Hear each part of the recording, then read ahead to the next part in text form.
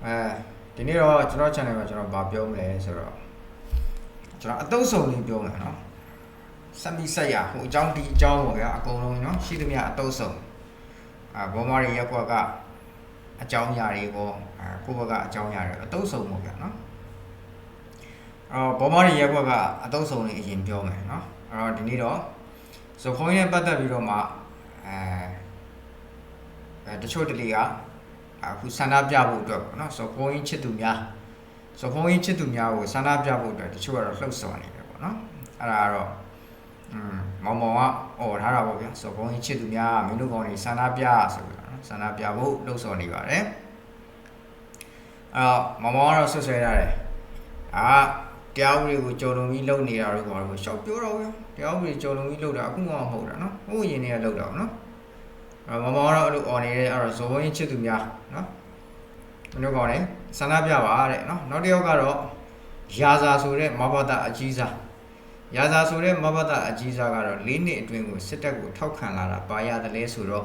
နောင်တပဲရတယ်ဆိုပြီးဝန်ခံသွားပါတယ်ကျော်မျိုးမင်းနဲ့ကျော်စိုးဦးကတော့အတန်တိတ်ဆဲပါကျော်မျိုးမင်းကတော့ဒီလောက်နော်တရင်တွေမှာဇိုဖုန်းရဲ့တရင်နာမည်ကြီးနေပေမဲ့သူတို့ရဲ့တရင်ဌာနနှစ်ခုကတော့ကျော်မျိုးမင်းနဲ့ကျော်စိုးဦးရဲ့တရင်ဌာနနှစ်ခုကတော့ဇိုဖုန်းရဲ့အကြောင်းကိုလုံးဝမဟာပါဘူးလုံးဝတရင်အဖြစ်တင်ဆက်ခြင်းမရှိပါဘူးကျော်စိုးဦးကတော့ဗမော်င6တွေပို့နေပါတယ်ဇိုဖုန်းရဲ့အတွက်ကြတော့ငပိကျော်လေးပါလေးတော့မပို့ပါဘူးเนาะအဲ့လိုအနေထားမျိုးတွားတွေ့ရပါတယ်မဘူတူကတော့သူ့ကိုထောင်ကျစီရင်လာလားအမျက်တော်ပြေဖို့အတွက်ပြောတော့ပါတယ်เนาะဒေါ်ရွှေမူမူတို့ဒေါ်ရွှေမူမူဟုတ်တယ်เนาะဒေါ်ရွှေမူမူတို့တခြားရှိပါတယ်เนาะသူကပြောရလို့ရှိရင်2019-20တဲ့ကနိုင်ငံရေး pro hate ကြီးလောက်လာတာเนาะဒီတိုင်းပြည်မှာသူ့လိုလူမျိုးကိုထောင်ကျစီချင်သလားပေါ့เนาะအဲ့လိုမျိုးနဲ့အမျက်တော်ပြေဖို့အတွက်ပြောတော့ပါတယ်เนาะအောင်မင်းကတော့အမှန်တရားကိုမျက်နှိုးပါတယ်ဆိုတဲ့ခေါင်းစဉ်အောက်မှာတက်မတော်နဲ့တက်မတော်ခေါင်းဆောင်တွေကိုအမျိုးမျိုးဖောင်းထုနေတဲ့လေမျိုးဝင်းအုပ်စုကိုစိန်ခေါ်ထားပါတယ်ဒီမျိုးဝင်းအုပ်စုကိုမေးချင်ပါတယ်တဲ့နော်ခင်ဗျားတို့အမှန်တကယ်အမှန်တရားကိုမျက်နှိုးတာလားအခုတင်ထားတဲ့သတင်းကိုခင်ဗျားရေးရဲသလားပါတီတစ်ခုရဲ့အရေးကိုခိုးပြီးမြန်မာငွေကျပ်3,600,000ကျော်လိမ်လည်မှုလေအဲ့ဒါကြောင့်ကိုရှိကိုမျိုးဝင်းဆိုတာကဗျာမျိုးဝင်းဆိုတာကဟိုကောင်မင်းအုပ်စုနဲ့အတူတူစကားအမြဲပြောတဲ့ကောင်မျက်မှန်ကြီးနဲ့တကလက်အုပ်ထုပ်ကြီးနဲ့ကျွန်တော်တို့ကောင်းပိုင်အုပ်ထုပ်ကြီးတကလက်အုပ်ထုပ်ကြီးနဲ့အိုက်ကောင်နော်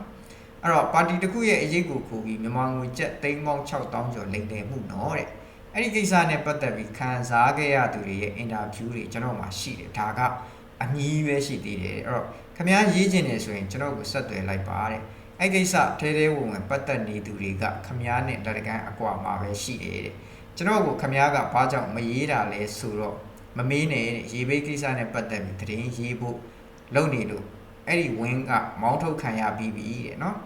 မှတ်ချက်အနေနဲ့ပြောချင်တာကဒါတွေကပါတီနဲ့တော့တိုက်ရိုက်မပတ်သက်ဘူးတဲ့ပါတီပုံရိပ်ကိုကာကွယ်ယူပြီးအကျိုးစီးပွားရှာနေသူတစုကြောင့်ဒါတွေဖြစ်လာတာတိတလောက်ပေါ့ဗျာတဲ့ဒီနေ့သိရတဲ့သတင်းအရဆိုရင်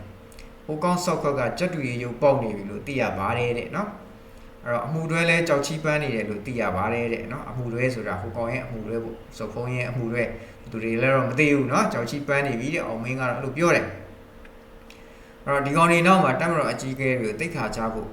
့ပြောင်းဖူးတဲ့စိုက်ကားသမားအငှားရင်မောင်းစတာတွေနဲ့ဖွဲ့စည်းထားတဲ့သတင်းသမားအမိခံကွန်ရက်တွေဖွဲ့စည်းထားတယ်လို့အဲ့လိုလဲစစ်ဆေးပေါ်ပေါက်ပါတယ်နော်အပြည့်ရှိသူတွေကြက်ကြက်သတိထားပါတယ်မကြမီလာမီတဲ့ဟာအောင်မင်းကတော့ကျိမ့်ပြီဗျာနော်အဲ့တော့ခုနကတော့ငါအောင်မင်းပြောသွားတဲ့ငွေကျပ်6သိန်းကျော်လိမ်လည်မှုဆိုတာကကိုရီးယားကိုတွားမယ်ဆိုပြီးတော့မှကြက်ခိုင်ရေးပါတီဝင်တွေကြက်ခိုင်ရေးပါတီနဲ့ဆက်ဆက်သူတွေအဲ့ဒီသူတွေကိုတင်တန်းတွေပေးအင်တာဗျူးတွေလုပ်ဖောင်တွေဝယ်ခိုင်းဖောင်တွေကဈေးကြီးအောင်ဖောင်တစ်ရက်ကိုဘယ်လောက်မှမသိဘူးကြာကျွန်တော်နော်သိန်းချီတော့ရှိလိမ့်မယ်နော်အဲ့တော့အဲ့ဒီလိမ်လည်မှုကငွေကျပ်3,600,000ကျော်ရှိတယ်နော်ငွေကျပ်3,600,000ကျော်လိမ်ထားတယ်အဲ့တော့မျိုးဝင်းဆိုတဲ့ကောင်တို့နဲ့ပတ်သက်မှုရှိနေတဲ့သဘောရှိတာပေါ့နော်အောင်မင်းပြောပုံအရဆိုလို့ရှိရင်အဲ့တော့အတန်ဖိုင်တွေလည်းအောင်မင်းနဲ့ဖုန်းပြောနေရတယ်ရှိတယ်ပေါ့အဲ့တော့နိုင်ငံတော်အကြီးအကဲတွေကဒီပေါ့ကိုရီးယားနဲ့ MOU လက်မှတ်ရေးထိုးရတာနှစ်နိုင်ငံသဘောတူညီမှုတွေပြတ်သွားပြီလားကျွန်တော်တို့ပတ်စံပေးထားတာတွေကျွန်တော်တို့ကမသွားရတော့ဘူးလားစသဖြင့်ပေါ့နော်အောင်မင်းကိုကြားကန်ဖြစ်ထားပြီးဖုန်းဆက်ပြီးပြောနေရတယ်ကြားရတယ်ပေါ့နော်နောက်တစ်ခုကတော့ operation မေမျိုးအပြီးနေပြည်တော်ကိုပြန်ပါပြီတဲ့ကဲအဲ့ဒါကတော့ အောင်မင်းကပြောထားတာပေါ့နော်အဲ့တော့လေမျိုးဝင်းကတော့နည်းနည်းပပတော့စောင်းရေးတာပေါ့ဗျာเนาะစောင်းရေးတာပေါ့အော်တခြားပေါ်မှာ channel တွေမလုပ်လဲဆိုတော့ဘယ်နေရာမှမသိတဲ့နေရာတွေပြောပြီးပုံတွေပတ်ကျဲနေပါတယ်လို့เนาะအော် PDF တွေတည်တာလည်းတောက်လဲပါပဲလို့เนาะနောက်တစ်ခုကတော့ခလာရဆန်ကတက်တွင်းမရင်းမှုရင်ဆိုင်နေရတဲ့ဘူကြီးကတော့ရှေ့တန်းမှာလောက်ကြံခံရတယ်တဲ့เนาะပြီးခဲ့တဲ့ရက်ပိုင်းကကျွန်တော် MyTV မှာပြောရတဲ့ခလာရဆန်ကနော်တက်တွင်းဘူကြီးလောက်ကြံတက်တွင်းကနော်ဘူကြီးမိမကိုကြားဘူကြီးကနော်လောက်အောင်နေလောက်တယ်ပေါ့နော်မိုးစကူဒူးတယ်ပေါ့နော် rape လုပ်တယ်ပေါ့အဲဒီကိစ္စနဲ့ပတ်သက်ပြီးတော့မှရှေ့တန်းရောက်နေတဲ့ဘူကြီးကိုလောက်ကြံခိုင်းနေတယ်တူရတဲ့နော်အဲ့တော့အဲ့ဘူကြီးကိုတနက်နဲ့ဒဲပြစ်တာအဲ့ဘူကြီးကလည်းကံကောင်းပြီးတော့မှမသေးပါဘူးတနက်ကကြီးစံမထွက်ဘူးတဲ့နော်ကံကောင်းပြီးမသေးဘူးပေါ့ဗျာနော်ဒါကတော့ဘောမအတိုင်းဝိုင်းအတုပ်ဆုံးပါအဲ့တော့ကျွန်တော်ပြောချင်တာကတော့အဲ့တော့ဘောမအတိုင်းဝိုင်းမှာပတ်လေရိုက်နေတယောက်နဲ့တယောက်တွန်းထိုးနော်ကန်ချဒီလိုမျိုးတွေလုပ်နေတဲ့အချိန်မှာကျွန်တော်တို့ဘက်ကလည်းစီးလုံးမှုလိုပါတယ်နောက်ထပ်တွေမရောက်နိုင်ဘူးကျွန်တော်တို့ PR တွေပေးထားနိုင်လေဘောမအတိုင်းဝိုင်းကပြိုပွဲလေးပါပဲနော်အဲ့တော့ကြောင်6ချားနေပေါ့ဗျာကျွန်တော်တို့ကအနိုင်နေရလေဒီကောင်ဒီဘက်မှာကြောင်6ချားနဲ့ရှောက်ပြောလေတွေးတွေကွဲလေအဲ့လိုမျိုးပေါ့နော်အစိတ်စိတ်ပုံမှာဖြစ်ရမှာပေါ့နော်နောက်ထပ်ဘောမအတိုင်းဝိုင်းကသတင်းတစ်ခုကတော့နော်ဒီနေ့ပဲနော်ကျွန်တော်တို့ဗရမ်းမှာလည်းတာဝါရိုင်းစခန်းကုန်းကိုကျွန်တော်တို့အာရခတက်တော်ကရပြီးပြီဆိုတော့ကဘာလုံးစခန်းကိုမကြတော့ဘူးပေါ့နော်အဲ့တော့အောက်မှာရှိနေတဲ့ဘူကြီးတွေလည်းထွက်ပြေးကုန်ပြီနော်အဲ့တော့ဘူကြီးအောင်တဦးနဲ့ဇနီးနော်ချိုရှိန်ဝါကိုအဲ့ဒီကတာဝန်ရှိတဲ့စစ်သားတွေကပေါ့နော်9ယောက်လောက်နဲ့လာပြီးတော့မှလာရှာတယ်တဲ့နော်လာရှာတယ်အဲ့တော့အဓိကကတော့အဲ့ဘူကြီးအောင်တဦးကမနေ့ကသွားပြီးတော့မှစီဒီယန်လှုပ်သွားပြီပေါ့နော်ထွက်ပြေးသွားပြီပေါ့ဗျာစီဒီယန်လှုပ်ချင်းမလှုပ်ချင်းနောက်ထားပါထွက်ပြေးသွားပြီပေါ့နော်အဲ့တော့အဲ့လိုအခြေအနေရှိပါတယ်အဲ့တော့ကျွန်တော်တို့တော်လိုင်းကြီးကလက်ရှိတော့အခြေအနေကောင်းတစ်ရက်ကိုပိုင်ဆိုင်ထားပါတယ် ILO ရဲ့ဖြစ်နိုင်ခြေတွေကိုလည်းကျွန်တော် MyTV မှာသိသလောက်ဉာဏ်ရည်မိသလောက်သုံးသပ်ထားပါတယ်เนาะအဲ့တော့လက်ရှိအချိန်မှာတော့ကျွန်တော်တို့စစ်ရေးကိုပြင်းပြထန်ထန် PR ပေးထားနိုင်ဖို့လိုပါတယ်အဲ့တော့လူဆိုတဲ့မျိုးကရှုံးလေအမှားများလေကျွန်တော်ချက်ထိုးသလိုပေါ့နော်ချက်ထိုးကျွန်တော်လည်းချက်ထိုးတာချက်ထိုးတဲ့အချိန်မှာကိုယ့်ဘက်ကအကောင်တွေပါဝါတွေညော့လာပြီအမှားတွေဇက်တိုက်လောက်တော့တာဇက်တိုက်မှာတာပြီးတော့ဟာကွာနဲ့အဲ့လိုနဲ့ရှုံးသွားတာပေါ့နော်အဲ့တော့အခုလေမင်းအောင်နိုင်ကဒါရှုံးချက်တွေနားနေပြီနော်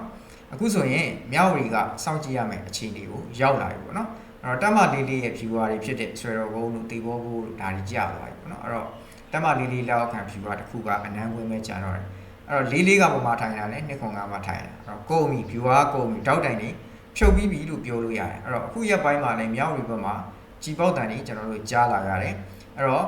မြောက်ရီရဲ့အခြေအနေဟာအချိန်မီဘုံတိုင်းကျဲသွားနိုင်တယ်နော်အဲ့တော့ဒီကောင်တွေဘက်ကလည်းအောင်စီရနဲ့မြောက်ရီပေါင်းပြီးတော့မှအောင်စီရဘောကဟိုဘက်ဒေါနာတောင်တန်းနေတက်မယ်ပေါ့နော်မြောက်ရီဘက်ကလည်းဒီဘက်တင်ငန်းညီနောင်တက်မယ်ပေါ့အဲ့တော့တင်ငန်းညီနောင်ကိုဒီလိုမျိုးစုံထိုးဖို့အတွက်စူးစမ်းနေတဲ့အရေးအယောင်တွေလည်းတွေ့နေရပါတယ်နော်ဒါဟာလည်းကျွန်တော်အမြင်တော့ Wally ဘက်က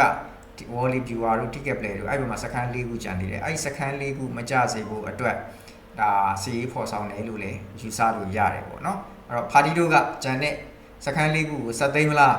မြောက်ရီကိုပဲဆက်သိမ်းမလားဆိုတာကျွန်တော်တို့စောင့်ကြည့်ရပါမယ်နော်အဲ့တော့ဒီနေ့ကျွန်တော်ရဲ့အတုပ်ဆုံးကတော့ဒီလောက်ပါပဲအဲ့တော့ကျွန်တော်ကို share ပေးပါ subscribe လေးလည်းလုပ်ပေးပါခုလိုကြည့်ရှုပေးတဲ့အတွက်အားလုံးအများကြီးကျေးဇူးတင်ပါတယ်